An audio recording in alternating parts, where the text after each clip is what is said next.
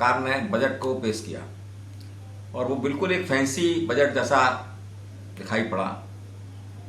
इसमें जो स्थितियां हैं वो सबके समझ में आ रही हैं। धरातल पे इसमें कुछ भी दिखाई नहीं पड़ेगा। आप अगल बगल में अपने झांक के देखेंगे, अपने जिलों में झांक कर देखेंगे तो आपको लगेगा कि कुछ आपको मिला ही नहीं।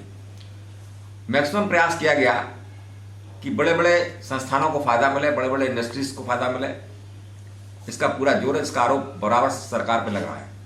अंग्रेजों के ज़माने में भी सरकारी नौकरियां होती थी, सरकार के लोग होते थे जो पूरे देश को, प्रदेश को चलाने का काम करते थे। जिलों में भी लोग होते थे, वो पूरा एडमिनिस्ट्रेशन देखते थे।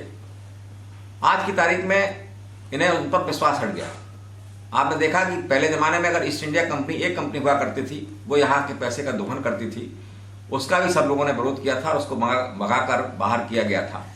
आज ईस्ट इंडिया कंपनी की तरह तमाम सारी कंपनियां, बड़ी बड़ी कंपनियां, उससे भी बड़ी कंपनियां पूरे देश में आ गई जिनको बढ़ावा दिया जा रहा है और वो सब कुछ खरीदना चाहती है। सरकार बिल्कुल मुक्त होना चाहती है। सरकार की तरह बिल्कुल आराम से चलना चाहती है, वो कोई टेंशन नहीं लेना चाहती।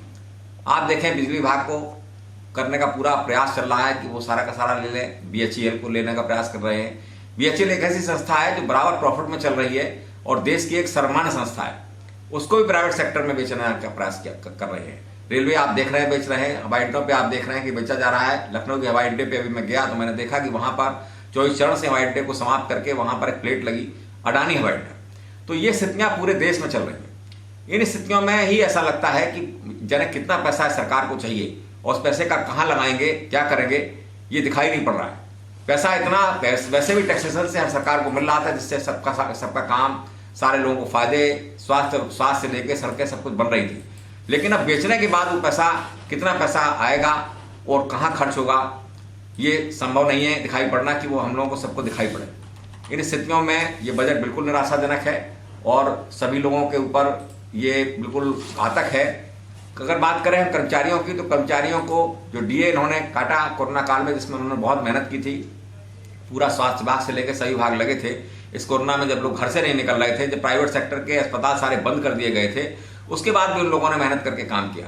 परंतु उनको न तो पुराना DA दिया जा रहा है, न पुरानी पेंशन की मांग एक हुई थी कि भाई यही हमको दे दिया जाए, इसके उपलक्ष्य में उपहार स्वरूप दे दिया जाए, उस पर भी बात नहीं हो रही। तमाम सारे भत्ते काटे गए उनके, उस पर भी बात नहीं हो रही है और उनको निकालने का प्रयास बराबर किया जा रहा है। आउटसोर्सिंग में बड़े बड़े पूंजीपतियों को फायदा देकर नौकरियां समाप्त की जा रही हैं। हमारी बेरोजगारी बढ़ाई जा रही है।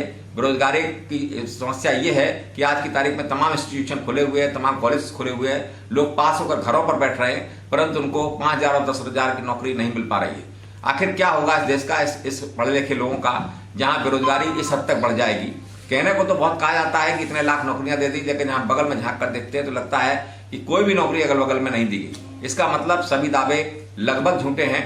इस तरह का जो बजट अभी दिखाई पड़ा वो पूर्णतः भ्रामक है और मैंने पहले भी कहा कि ये बिल्कुल उसी तरह है जैसे कि फैंसी होता है।